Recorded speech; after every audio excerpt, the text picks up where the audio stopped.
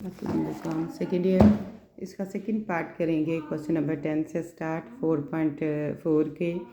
ये भी वही हैं, एंगल फाइंड करने हैं L1 और L2। ये शॉर्ट क्वेश्चन आता है। L1 में 2 पॉइंट दिए हुए हैं, L2 में 2 पॉइंट्स किए हुए हैं। Find the angle. हमने दोनों लाइनें लिख ली। दो लाइन से एंगल कैसे फाइंड करते हैं। लाइन 1 की स्लोप 2 पॉइंट से निकाल लेंगे, L2 की स्लोप 2 पॉइंट से निकाल लेंगे। लिखेंगे theta be the angle from L1 और L2। चूँकि इससे कोई ट्रायंगल नहीं बनेगी इसलिए एरो नहीं लगेंगे। तो L1 से L2 2 minus M1 plus 1 plus M2 एक ही फार्मूले से हम सारी वैल्यूज़ को निकाल लेंगे। इसमें एरो का कोई चक्कर नहीं है। तो tan थीटा की जो हमारे पास सिंप्लीफिकेशन आएगी वो आ जाएगी -7/6। अब थीटा की वैल्यू निकालनी है तो tan इनवर्स -7/6 एंगल नेगेटिव निकलेगा। एंगल नेगेटिव नहीं आना चाहिए, इसलिए इसको पॉजिटिव करने के लिए 180 में से माइनस कर देंगे। ये माइनस बाहर आ जाएगा, ठीक है। तो 180 डिग्री माइनस 49.4 डिग्री, जिससे आंसर आ जाएगा 130.6, ठीक है। दूसरा पार्ट इन्होंने साथ ही कहा है कि इसका एक्यूट एंगल भी फाइंड करें।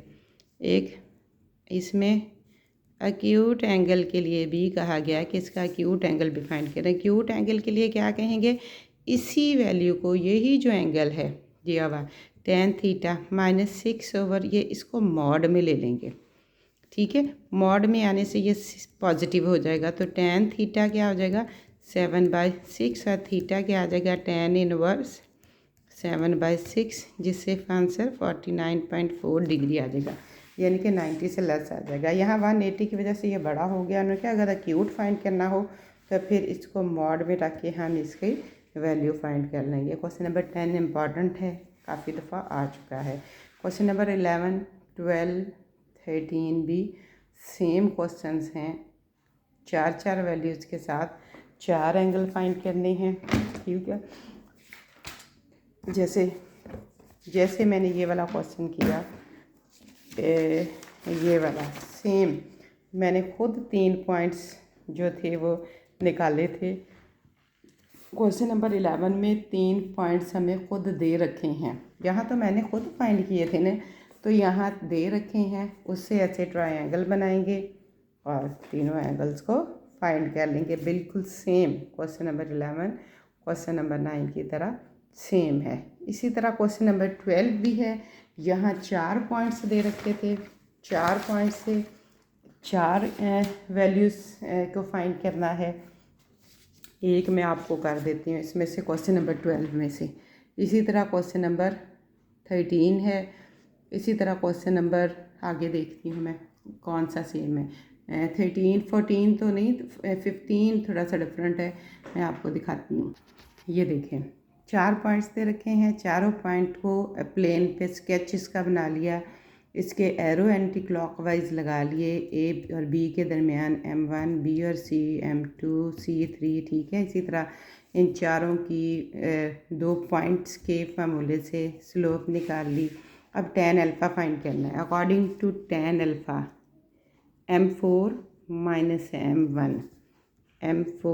Minus M1 divided by 1 plus M4 into M1, ठीक है।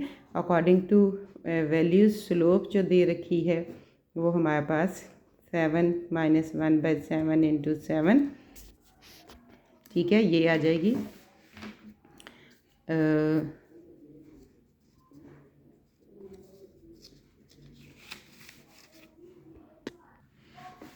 अगर 1/7 को बाहर निकालें, 7 - 7 0, तो जो है ना वो 0, अनडिफाइंड इन्फिनिटी आ जाएगी, यानी कि tan अल्फ़ा इन्फिनिटी हो गया और alpha tan inverse infinity is equal to 90 degree आ गया। इसी तरह tan बीटा निकालेंगे, tan गामा निकालेंगे और tan, चारों एंगल्स ऐसे ही सेम सिंप्लीफाई कर लेंगे तो हमारे पास आंसर्स आना शुरू हो गए। और सबके आंसर्स तकरीबन यही रहने हैं, बस नेगेटिव में कोई नहीं जाना चाहिए। नेगेटिव में जाएगा तो उसको 180 में से माइनस कर देंगे। अब क्वेश्चन नंबर 13 भी ऐसे ही है। Question number 14, area of region find करना है। एरिया ऑफ रीजन, ये क्वेश्चन नंबर जो है पिछली एक्सरसाइज में हमने क्वेश्चन नंबर 9 किया था एरिया ऑफ रीजन, ये बिल्कुल वैसा ही है 4.5 जैसा, और 4.3 में भी हमने यही किया था। क्वेश्चन नंबर 15 में 3 वर्सेस दे रखे हैं, find the centre of circumference. Circumference का सेंटर फाइंड करना है, ये मैं कराती हूँ आपको। Question number 15। अब सरकम सेंटर है क्या? सरकम सेंटर राइट बाइसेक्टर के सेंटर को कहते हैं। मैंने डेफिनेशन लिख दी, circumcentre of triangle is the point of congruency of right bisector of sides. 2 ले लें राइट बाइसेक्टर, 3 ले लें, उनके सेंटर को कहते हैं। 2 से ही काम चल जाएगा। हम सबसे पहले तो ये इनकी इक्वेशंस निकालेंगे, इक्वेशन ऑफ लाइंस, और उन दोनों को सॉल्व करते हुए एक्स वाई की वैल्यू फाइंड करेंगे तो इसका सेंटर निकल जाएगा। अब लाइनें फाइंड करने के लिए एक लाइन है क्यू पी निकालेंगे, एक लाइन जो है वो एस आर निकाल लेंगे। उनके लिए स्लोप हमें चाहिए, उनके लिए ये वाले मिड पॉइंट चाहिए, तभी तो निकलेगा y माइनस y2। तो हम स्लोप ऑफ ए सी निकाल लेंगे, स्लोप ऑफ ए बी निकाल लेंगे, तो हमारे पास फिर उनके सेंटर्स आना शुरू हो जाएंगे। मिड पॉइंट भी निकाल लेंगे, स्लोप भी निकाल लेंगे। इन दोनों पॉइंट से मैंने स्लोप निकाल ली, इन दोनों पॉइंट से मैंने इसकी स्लोप निकाल दी। अब ये इसका मिड पॉइंट चाहिए था, तो मिड पॉइंट ऑफ ए सी के फार्मूले से इन दोनों के मिड पॉइंट्स भी निकाल लिए। अब मैं इनकी इक्वेशन बनाऊंगी, इक्वेशन ऑफ पी क्यू और इक्वेशन ऑफ आर एस। हमने 2 इक्वेशंस निकालनी है, वही इक्वेशन का फार्मूला है जो हम यूज़ करते हैं। y माइनस y1 जो है वो क्या है, इसमें से जो मिड पॉइंट है वो 3 है। स्लोप हम निकाल चुके हैं 2/5, ठीक है, इसकी स्लोप निकली है 2/5 ही निकली है ना, 2/5। लाइन जो है वो इस लाइन के ऊपर परपेंडिकुलर हैं, तो रिक्वायर्ड स्लोप जो होगी वो 5/2 होगी, क्योंकि ये लाइन इस लाइन के ऊपर परपेंडिकुलर है। जो हमें लाइन रिक्वायर्ड है वो इस लाइन के, तो इसकी स्लोप जो होगी वो 7/4 होगी। और इसके साइन समेत इनको उल्टाते होते हैं, इसका भी साइन चेंज होगा, ठीक है। जो ये इसकी समझ आ गई कि ये इसके परपेंडिकुलर है, तो साइन समेत इसको उल्टा देंगे। अब पी क्यू क्या मिड पॉइंट एल है, तो ये एल के पॉइंट्स, और बी सी की स्लोप जो है वो -7/4 है, यहाँ -7/4 पुट होगा। और x माइनस x1 की वैल्यू जो है वो 1/2 नेगेटिव के साथ पॉजिटिव आएगी। y माइनस जो आ जाएगा 4, y माइनस 4, और m की वैल्यू 5/2 और x माइनस 1/2, ठीक है। इसको हम सिंप्लीफाई करेंगे, उससे हमारे पास इक्वेशन आ जाएंगी 14x 8y 17 0, और इससे हमारे पास इक्वेशन आ जाएगी 10x 4y 21 और 0। ये इक्वेशन नंबर 1 होगी और ये इक्वेशन नंबर 2 होगी। दोनों को सॉल्व करेंगे तो हमारे पास जो है वो सरकम सेंटर आ जाएगा सॉल्व करने से। 14x 8y 17 और 0, मैं इसको भी मल्टीप्लाई करूँगी 10x 8y 42 और 0, साइन चेंज हो जाएंगे और हमारे पास आ जाएगा -6x 25 और 0, और x की वैल्यू आ जाएगी 25/6।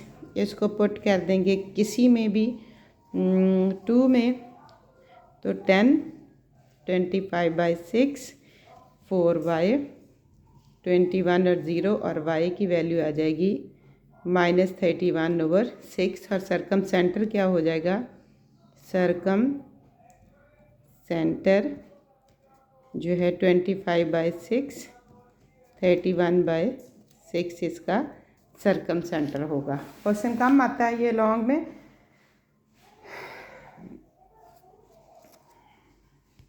क्वेश्चन नंबर 16 17 सेम है। उन्होंने कहा कि इस इक्वेशन को मैट्रिक्स फॉर्म में लिखें। आपको मैट्रिक्स फॉर्म में लिखना है, इसको आता है इन मैट्रिक्स फॉर्म।